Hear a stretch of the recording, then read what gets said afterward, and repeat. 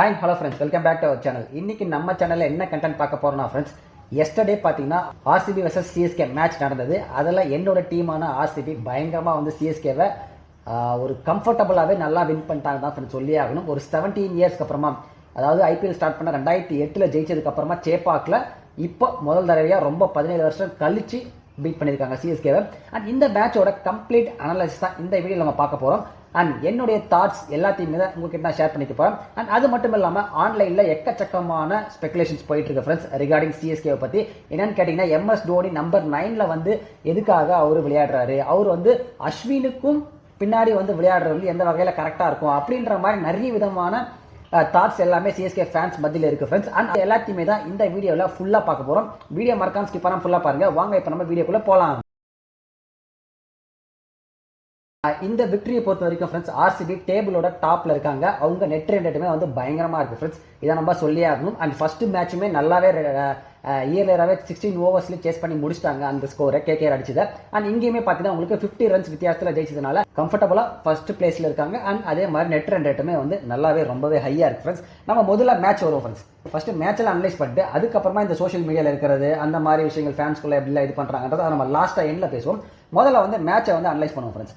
First நீங்க பாத்தீங்கன்னா, ருத்ராஜ் கைக்வாடை பொறுத்த வரைக்கும் உங்களுக்கு டாஸை வின் பண்ணிட்டு பவுலிங் வந்து சூஸ் பண்ணியிருந்தார் ஃப்ரெண்ட்ஸ். ஆக்சுவலா சிஎஸ்கேவோட ஸ்ட்ராட்டஜி என்னவா இருந்ததுன்னா, லாஸ்ட் கேம்ல நடந்த மும்பை இந்தியன்ஸ்க்கு அகைன்ஸ்ட் அவங்க என்ன பண்ணாங்களோ அதே இங்கேயும் நம்ம ரிப்பீட் பண்ணலான்றதா ஃப்ரெண்ட்ஸ் அவங்களோட தாட்டா இருந்தது. ஒரு 170 இல்லை 165 அந்த ரேஞ்சில் நம்ம எப்பவுமே பவுலிங் எடுத்து ஆப்போசிட் டீமை 165 இருந்து 170 நம்ம வந்து 20 ஓவர்ஸ்ல கம்ப்ளீட் பண்ணிட்டோம்னா நம்ம அதை திரும்பி அடிக்கிறதுக்கு நம்ம கிட்ட இருக்கிற அந்த எபிலிட்டி உள்ள பேட்டிங் லைனப்புக்கு இந்த சேஸ் கரெக்டா இருக்கும். அந்த ஒரு தாட்ல தான் ஃப்ரெண்ட்ஸ் இந்த மேட்சுமே அவங்க போனாங்க. பட் ஆனா மும்பை கிட்ட அந்த ஒரு இது ஒர்க் அவுட் ஆச்சு. பட் மும்பை கிட்டயுமே நீங்க ஒரு விஷயம் நோட் பண்ணீங்கன்னா, லாஸ்ட் ஓவர் வரைக்கும் போச்சு ஃப்ரெண்ட்ஸ் மேட்ச். அங்கேயுமே உங்களுக்கு லாஸ்ட் ஓவரில் ஜெயிச்சிருப்பாங்க அந்த 155 ரன்ஸுமே. ஆனா இங்க என்னன்னா, உங்களுக்கு அந்த விஷயத்தை ரிப்பீட் பண்ண முடியல ஃப்ரெண்ட்ஸ். இதுல எனக்கு ஒரு மிகப்பெரிய ஒரு விஷயம் என்னன்னு கேட்டீங்கன்னா ஃப்ரெண்ட்ஸ், நம்ம ஆன்லைன்ல பாக்குற எல்லா அனலிஸ்ட் ஆகட்டும் எல்லாருமே வந்து என்னன்னா, ரொம்ப வந்து இந்த பிரைஸ் பண்றது இருக்கும்ல, சிஎஸ்கே கிட்ட வந்து டாப் 3 வேர்ல்ட் கிளாஸ் ஸ்பின்னர்ஸ் இருக்காங்க, அவங்கள ஒண்ணுமே பண்ண முடியாது, சேப்பாக்கல 7 out of 7 ஜெயிக்கிறாங்க. இது வந்து என்னன்னா ஒரு ஓவர் கான்பிடன்ஸ் தாண்டி ரொம்ப பயாஸ்டா இருக்கிற மாதிரி எனக்கு ஒரு ஃபீல் இருந்தது ஃப்ரெண்ட்ஸ். அண்ட் ஆக்சுவலா நான் இந்த வீடியோ எடுக்கிறதுக்கு வந்து டவுட்லாம் ஃப்ரெண்ட்ஸ் இருந்தேன். சாம்பியன்ஸ் டிராஃபில ஃபைனல் நம்மளால கவர் பண்ண முடியல, டைம் இல்லைன்றதுனால அண்ட் வேற மல்டிபிள் ஒர்க்ஸ்லாம் இருந்ததுனால. பட் ஆனால் இங்கே என்னன்னா ஓவர் பயாஸ்டா போய்கிட்டு ஆன்லைன்ல ஃபுல்லா வந்து ரொம்ப வந்து இந்த மாதிரியான விஷயங்கள்லாம் பேசுறதுனால சரி ஓகே நம்மளும் கண்டிப்பா இதை அனலைஸ் பண்ணும். எஸ், நானுமே பார்த்தீங்கன்னா விராட் கோலியோட ஒரு பயங்கரமான ஃபேன் தான், ஓகேங்களா.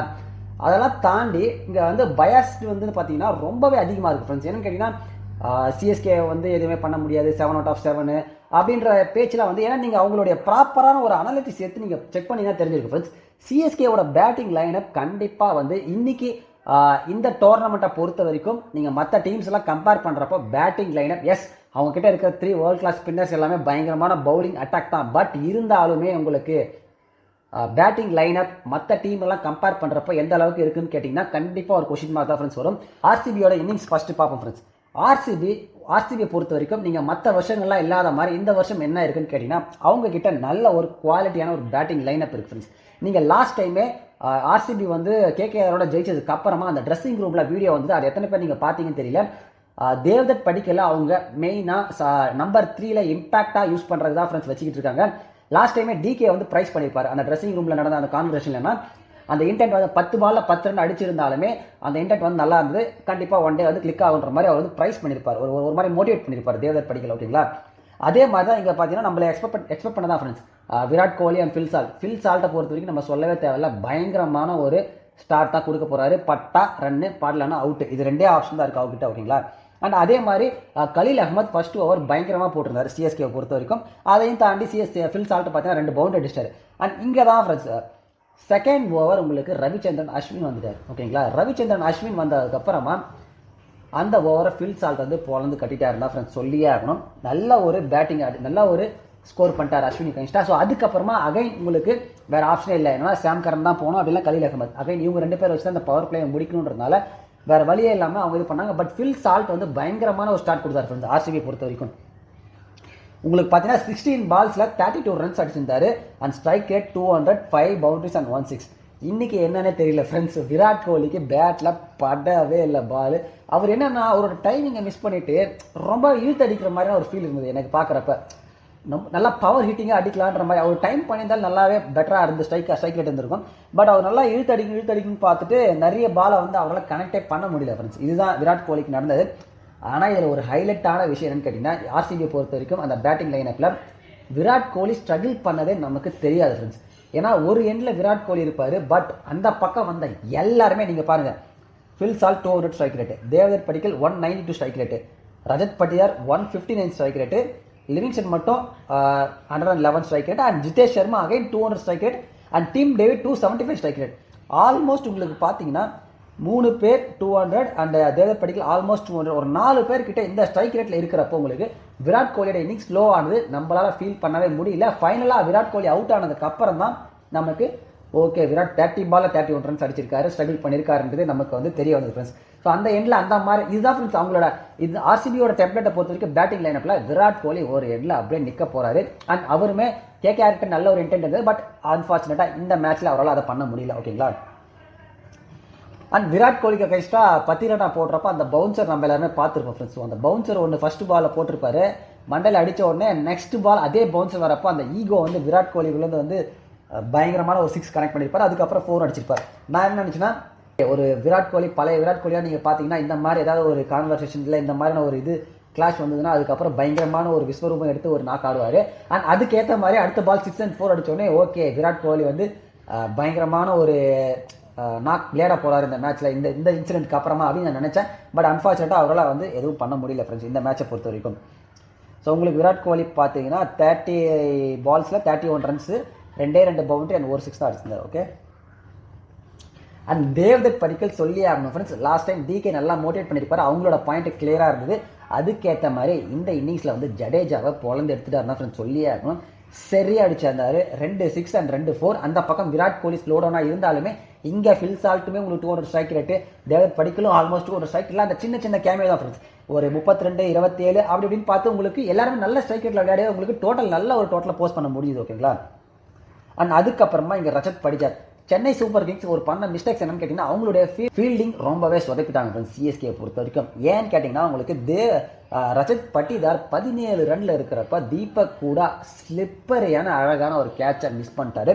அதுக்கப்புறமா 19 ரன்ல இருக்கிறப்போ ராகுல் திரிபாதி அகைன் 1 more கேட்ச், கொஞ்சம் டஃப் சான்ஸ்னாலுமே கேட்ச் பிடிச்சிருக்க வேண்டியதா அது, அதையும் மிஸ் பண்ணிட்டாரு.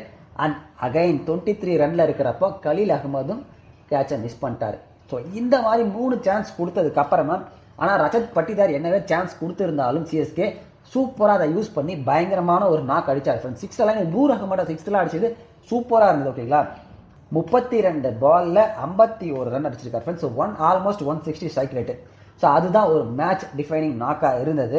அண்ட் லிவிங்ஸ்டனை பொறுத்த வரைக்கும் நமக்கு தெரிஞ்சுதான் ஹிட் அண்ட் மிஸ், கனெக்ட் ஆச்சுன்னா நல்லா போகும், கனெக்ட் ஆகலாம் அவுட் ஆகிட்டு போயிடுவார். அதே மாதிரி தான் ஒரு 6 அடிச்சாரு, அவுட் ஆகிட்டு வந்துட்டார் நூறு அகமது கிடைச்சார்.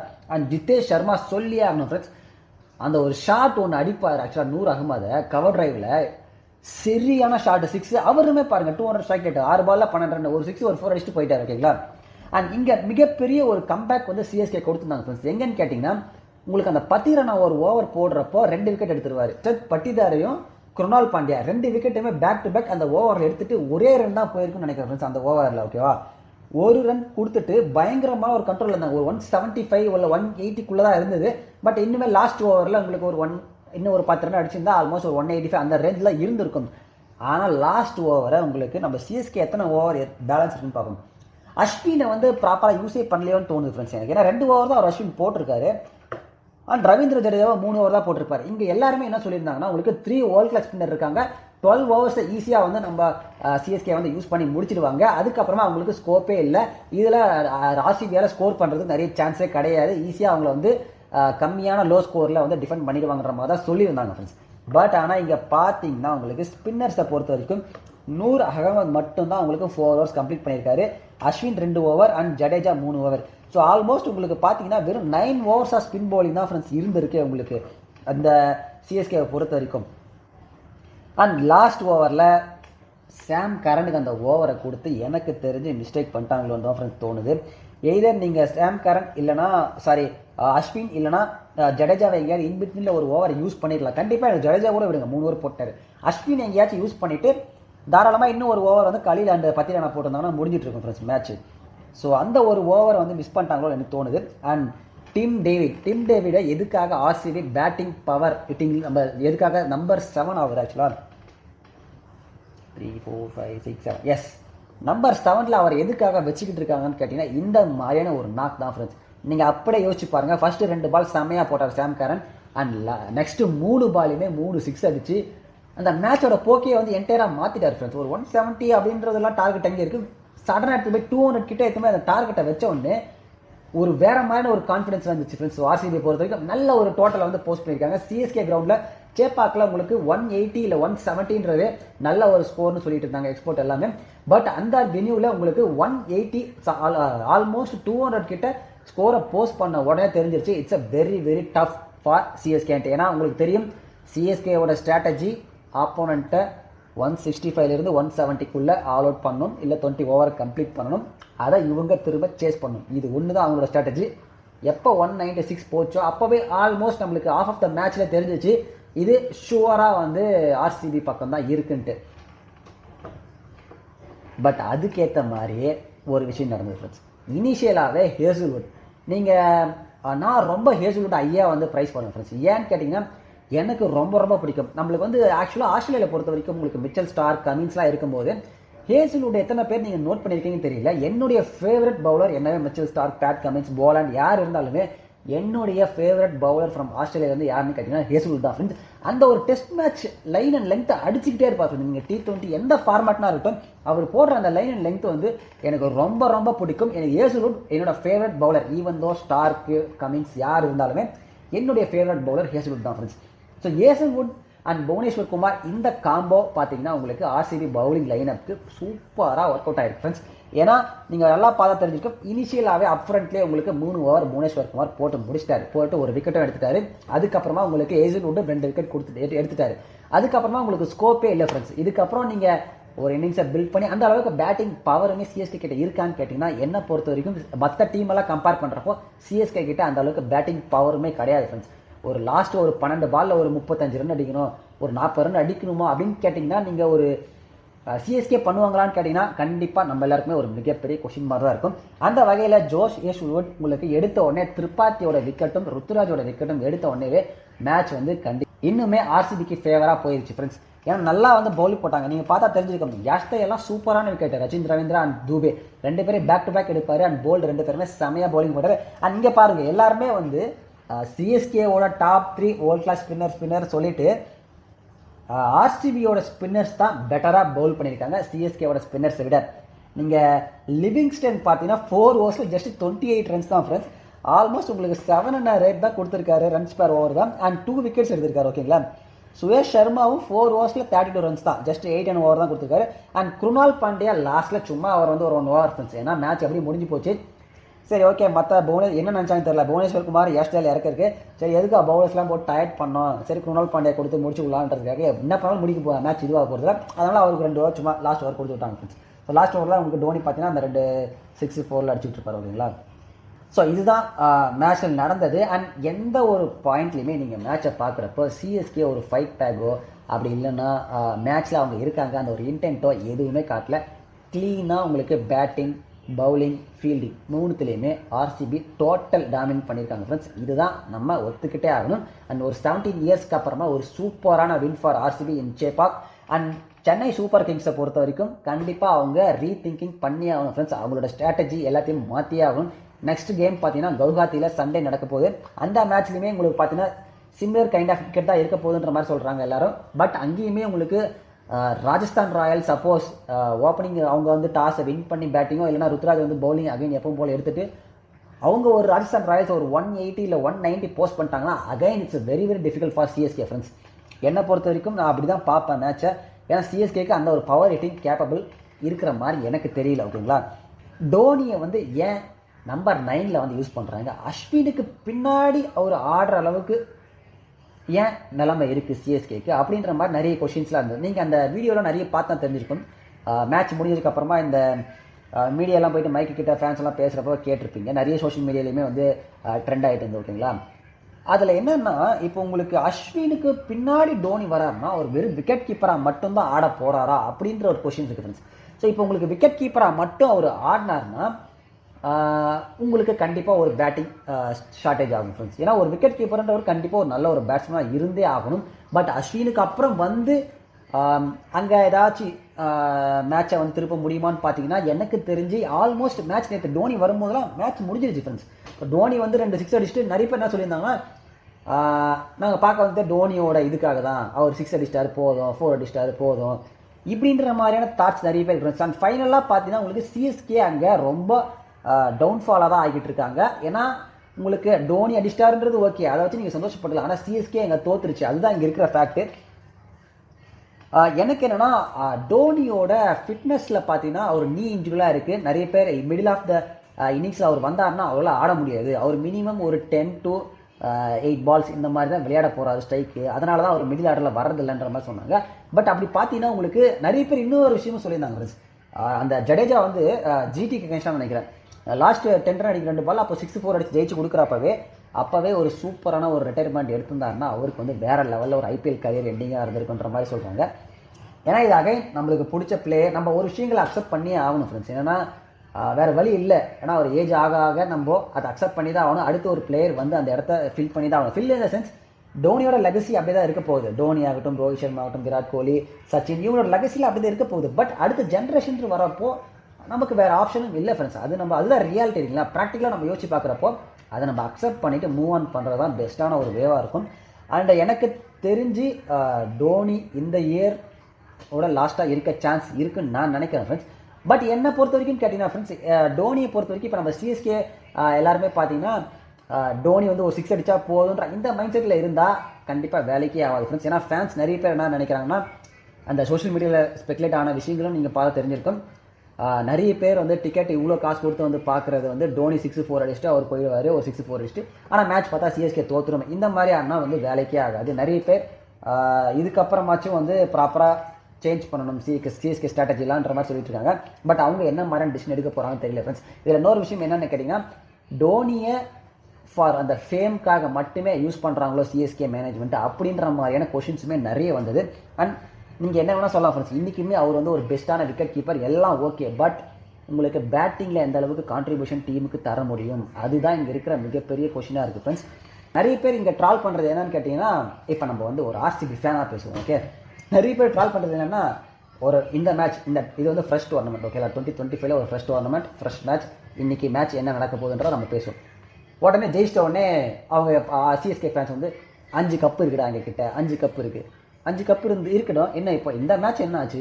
இந்த மேட்ச் சிஎஸ்கே நல்லா விளையாடல, அவ்வளோ ரொம்பலாம் ஃப்ரெண்ட்ஸ். இதில் வந்து ரொம்பலாம் போட்டு காம்பேட் பண்ணிக்கலாம். நம்ம பசங்களோட ஜாலியாக கலாய்க்கிறது அந்த லெவல் வரைக்கும் இருக்கிற வரைக்கும் எந்த பிரச்சனையும் இல்லை. இங்கே ஒரு ஸ்டேஜுக்கு மேலே இது ரொம்பவே பர்சனலாக எடுத்துக்கிட்டு அந்த பிளேயர்ஸ், நீங்கள் ஒரு விராட் கோலி அண்ட் எம்எஸ் டோனியாக பார்த்தீங்கன்னா கிரவுண்டில் மேட்ச்லாம் முடிஞ்சதுக்கப்புறம் கேஷுவலாக அவங்க 2 பேரும் ஜாலியாக பேசிக்கிட்டு அந்த ஒரு பாண்டோட போயிட்டு இருக்காங்க.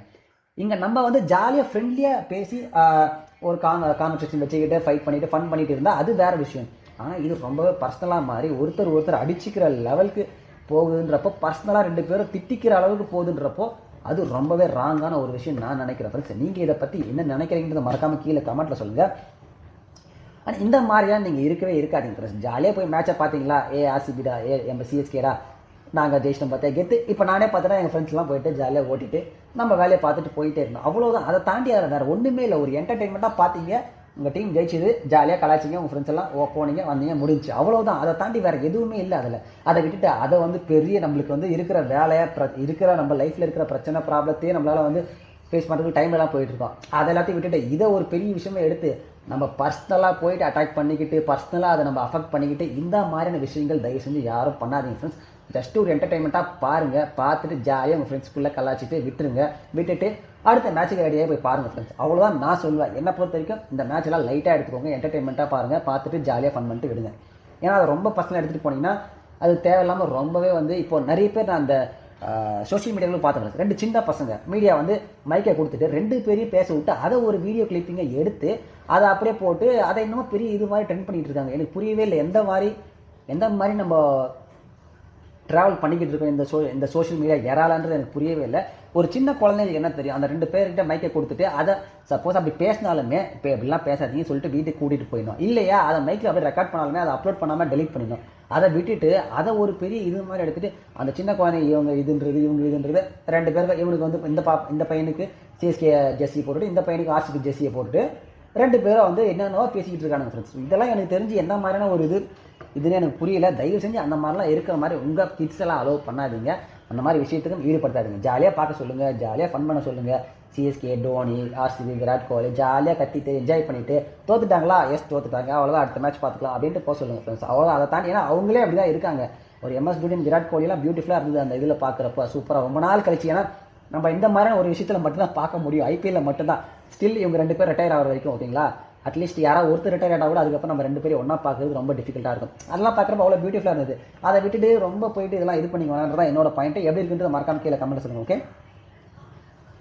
அண்ட் ஃபைனலாக ஒரு ஆர்சிபி ஃபேனாக சூப்பரான வின் ஃப்ரெண்ட்ஸ் ஆர்சிபிக்கு. அந்த 2 மேட்சுமே ஜெயிச்சு சூப்பரான ஒரு பொசிஷன் இருக்கும் டேபிளில் டாப்பில். பட் இயர்லி ஆஃப் த டோர்னமெண்ட்டாக இருந்தாலுமே ஆர்சிபியோட பேட்டிங் லைனப்பும் ரொம்பவே சூப்பராக இருக்குது அண்ட் பவுலிங் லைனப்பும் பக்காவாக இருக்குது ஃப்ரெண்ட்ஸ். இதுதான் நான் சொல்லி ஆகணும். அண்ட் நல்ல சான்ஸ் இருக்குது ஆர்சிபிக்கு பிளே ஆஃபில் போகிறதுக்கு. எனக்கு தெரிஞ்சு டாப் 2ல் ஃபினிஷ் பண்ண நல்ல ஒரு சான்சஸ் இருக்குன்னு தான் நான் நினைக்கிறேன். இந்த டீமை வச்சுக்கிட்டு மெயினாக ஏசுலூடோட அட்டாக், பவுலிங் அட்டாக், ஏசுலூட் அண்ட் புவிலாம் இருக்கிறப்போ சூப்பரான ஒரு டீம் ஃபார்ம் ஆகிருக்கு தான் நான் சொல்லுவேன். அண்ட் எனக்கே தெரிஞ்சு ஆர்சிபி எந்த ஒரு லைனப்பும் மாற்ற மாட்டாங்க ஃப்ரெண்ட்ஸ். நெக்ஸ்ட் கேம் ஹோம் கேமாக இருந்தாலுமே எந்த ஒரு சேஞ்சஸும் இருக்காது. அண்ட் சிஎஸ்கேவை பொறுத்த வரைக்கும் உங்களுக்கு நிறைய பேர் சொல்கிறது என்னன்னா டெவான் கான்வே எடுத்துகிட்டு வரலாம்னு சொல்லியிருக்காங்க. Devon Conway in place of Sam Curran ஓகேங்களா. ஸோ அந்த ஒரு சேஞ்சஸ் பண்ணி ஆகணும் சிஎஸ்கே பொறுத்த வரைக்கும். அண்ட் பார்க்கலாம் ஃப்ரெண்ட்ஸ் எப்படி இருக்குன்றது. ஏன்னா சண்டே நைட் அகைன் ஒன் டேலே சிஎஸ்கே வர்சஸ் ராஜஸ்தான் கவுஹாத்தியில் ஒரு மேட்ச் இருக்குது. அது நல்ல ஒரு கான்டெஸ்ட்டாக இருக்கும்னு நினைக்கிறேன். அண்ட் பார்க்கலாம் ஃப்ரெண்ட்ஸ் எப்படி சிஎஸ்கே பண்ணுறாங்கன்றது. அண்ட் இந்த மாதிரி இப்போ எப்படி ஒரு நம்ம சொல்ல வர அந்த பாயிண்ட் விட்ட மாதிரி எங்ககிட்ட 5 கப்பு இருக்குது, தோத்த ஒன்று 5 கப்பு இருந்தால் இருக்கட்டும். இது என்ன புது டோர்னமெண்ட், ஃப்ரெஷ் மேட்ச்சு. எத்தனை வாட்டி சொல்லுங்க, இப்போ டோர்னமெண்ட்டே தோத்துட்டாலுமே என்னன்னா எங்ககிட்ட 5 கப்பு இருக்குது நீங்களா பேசக்கூடாது. அப்படிலாம் கிடையவே கிடையாது. நாங்கள் என்ன மேட்ச் ஜெயிச்சோம். இவன் பாருங்க, ஒரு ஆர்சிபி ஃபேனாக ஃபன்னாக பேசிட்டு இருக்கேன். நாங்கள் ஜெயிச்சிட்டோம் அவ்வளோதான். நாங்கள் தோத்தோம் அவ்வளோதான், முடிஞ்சு. 5 கப்பு இருக்குன்னா அப்போ எதுக்கு இந்த மேட்ச், இந்த டோர்னமெண்ட்குள்ளேயே நீங்கள் வரவே தேவையில்லையே. 5 கப்பு இருக்குது மேட்ச் ஆடாமே சொல்லிக்கலாம்ல. அந்த மாதிரிலாம் கிடையாது. தோத்துட்டீங்க அவ்வளோதான், முடிஞ்சு மேட்ச், சிம்பிள். 5 கப்பு இருக்குன்னா அப்போ நீங்கள் எல்லா மேட்சுக்குமே இதை சொல்லலாமே. நாளைக்கு ஒரு மும்பை கிட்ட தோத்துட்டு என்கிட்ட 5 கப்பு இருக்குன்னு நான் அவங்ககிட்ட சொல்ல முடியாது, அவனும் 5 கப்பு இருக்குன்னு சொல்லுவான். நாளைக்கு ஒரு ராஜஸ்தான் கிட்ட தோத்துட்டு ராஜஸ்தான் ஃபேன்ஸுக்கு சண்டைக்கு போங்க, என்கிட்ட 5 கப்பு இருக்குது. அப்படி கிடையாது. நம்ம என்ன அந்த மேட்ச் இன்னைக்கிட்டே ஒரு ஃப்ரெஷ் மேட்ச், ஃப்ரெஷ் ஸ்டார்ட். நம்ம நல்லா பண்ணலை, ஏன் நல்லா பண்ணல, எதை நல்லா பண்ணணும் அப்படின்ட்டு மாற்றிட்டு நம்ம விளையாடுறதுக்காக இந்த டோர்னமெண்ட் நம்மள சிஎஸ்கே மேனேஜ்மெண்ட் இந்த ஒரு 15 மெம்பர்ஸ் இல்லை 20 மெம்பர்ஸ்க்கான ஸ்குவாடை பில்ட் பண்ணியிருக்காங்கன்னா எதுக்காக, இந்த வருஷம் டோர்னமெண்ட் கப் அடிக்கணுன்றதுக்காக தான். என்கிட்ட இல்லைனா டோர்னமெண்ட் சும்மா டைம் பாஸ்க்கு நாங்கள் வந்தாங்க, டோர்னமெண்ட்க்கு கப் அடிக்கணும் நாங்கள் வரல, யார்கிட்ட நாங்கள் தோத்தாலும் நாங்கள் சொல்லிக்குவோம் 5 கப் என்கிட்ட இருக்குது, அவங்களால ஆப்போசிட்ல யாராலும் பேசவே முடியாது அப்படின்னு சொல்ல முடியாது. இல்லை 5 கப் இருக்கணும், 5 கப் நல்லா இருந்தீங்க, அதை ஒரு வாட்டி மூமெண்ட் ஜாலியாக நம்ம என்றைக்குமே பாஸ்டில் நடந்ததை நினச்சி நம்ம ஜாலியாக வந்து அந்த மூமெண்ட்டை ஜஸ்ட் ஒரு ரீகால் பண்ணிவிட்டு அதை ஒரு ஃப்ரெஷ் மெமரியாக நல்லா ஒரு ஹாப்பியான ஒரு மூமெண்ட்டாக வச்சுக்கிட்டு கரண்ட்டாக இருக்கிறது என்னன்றதான் நம்ம பார்த்துட்டு போகணும் ஃப்ரெண்ட்ஸ். ஏன்னா கரண்ட்டில் நான் பாஸ்டில் நடந்ததே தான் நான் பேசிகிட்டு இருப்பேன் அப்படின்னா யாராலையுமே இங்கே எதுவுமே பண்ண முடியாது ஓகேங்களா. ஃப்ரெஷ் டோர்னமெண்ட், நம்ம டோர்னமெண்ட் விளையாட வந்தது எல்லாருமே அந்த கப் அடிக்கணுன்றதுக்காக தான். ஸோ அந்த வகையில் சிஎஸ்கே ஃபேன்ஸ், ஸோ இதுதான் நான் சொல்லணும்னு நினச்சது. கண்டிப்பாக சிஎஸ்கே வந்து பவுன்ஸ் பேக் பண்ணுவாங்கன்னு நம்புவோம். அண்ட் எனக்கு பர்சனலாக எந்த ஹேட்லாம் இருக்குதுன்னா எனக்கு கிரிக்கெட் லவ்வர். எனக்கு கிரிக்கெட்டில் இருக்கிற மோஸ்ட் ஆஃப் த பிளேயர்ஸ் எல்லாருமே பிடிக்கும். விராட் கோலி எக்ஸ்ட்ராவாக பிடிக்கும், அவ்வளோதான் முடிஞ்சு. விராட்டோட பயங்கரமான ஒரு தீவிரமான ஃபேன். விராட் கோலி பிடிச்சிருக்காக நான் தோனியை போயிட்டு அசிங்கமாவோ இல்லை ரோஹித் சர்மாவை போயிட்டு அசிங்கமாவோ அப்படிலாம் நான் பேசவே மாட்டேன். இந்த மாதிரி ஜாலியாக ஃபன்னாக என் ஃப்ரெண்ட்ஸு, என் சர்க்கிளில் இருக்கிறவங்கள சிஎஸ்கே இருக்கிறவங்க ஜாலியாக ஓட்டிட்டு என் வேலையை பார்த்துட்டு நான் போயிட்டே இருப்பேன். இதுதான் நான் பண்ணணும்னு நினைக்கிறது. நான் மெயினாக சொல்லணும்னு நினச்சி இந்த சோஷியல் மீடியாவில் வர எனக்கு என்னென்னா அந்த சின்ன பசங்களாம் வச்சு இந்த அளவுக்கு ஒரு ரொம்பவே வந்து இது அப்படியே ஒரு பெரிய இந்த ஒரு விஷயம் மாதிரி எடுத்துகிட்டு போகிறது தான் ஃப்ரெண்ட்ஸ் என்னால் வந்து அதை அக்செப்டே பண்ணிக்க முடியல. ஸோ அதை மட்டும் நீங்கள் கொஞ்சம் கேர்ஃபுல்லாக பார்த்துக்கோங்க. உங்கள் வீட்டில் யாராவது சில்ட்ரன்ஸ்லாம் இருந்தாங்கன்னா இதை எல்லாத்தையுமே தான் ஃப்ரெண்ட்ஸ் நான் உங்ககிட்ட ஷேர் பண்ணணும்னு நினச்சது. And early of the tournament தான் ஒன்றும் பெருசாக இதில் கம்பேக் கொடுக்குறது நிறையவே சான்ஸ் இருக்குது. எல்லா டீமுக்குமே சான்ஸ் இருக்குது ஃப்ரெண்ட்ஸ் என்னை பொறுத்த வரைக்கும் கேட்டிங்கன்னா. ஏன்னா இது இயர்லியர் ஆஃப் த ஸ்டேஜ் தான் ஓகேங்களா. எனக்கு தெரிஞ்சு என்னுடைய டாப் 4 நான் இது வரைக்கும் நம்ம ஐபிஎல் பற்றி எதுவும் பேசலை. ஸோ இப்போ நம்ம இந்த வீடியோ மேக் பண்ணதுனால நான் சொல்கிறேன் என்னோட டாப் 4 யாரெல்லாம் இருப்பாங்கன்றது. எஸ்ஆர்ஹெச், ஆர்சிபி, பஞ்சாப்,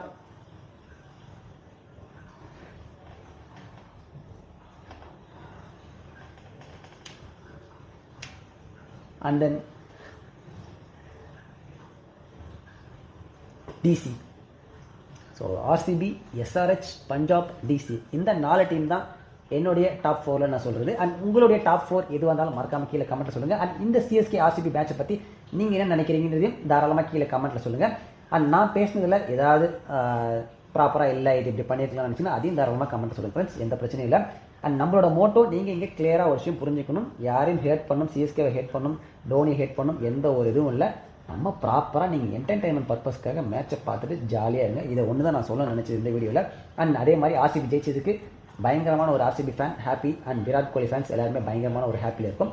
அந்த அவ்வளோதான் ஃப்ரெண்ட்ஸ் இந்த வீடியோ பிடிச்சினா மறக்காம லைக் பண்ணி காமெண்ட் ஷேர் பண்ணுங்கள். நம்ம சேனலுக்கு புதுசாக மறக்காமல் சப்ஸ்கிரைப் பண்ணி வச்சுக்கோங்க. பக்கத்தில் இருக்க பெல் ஐக்கான் தட்டுங்க ஃப்ரெண்ட்ஸ். Thank you so much.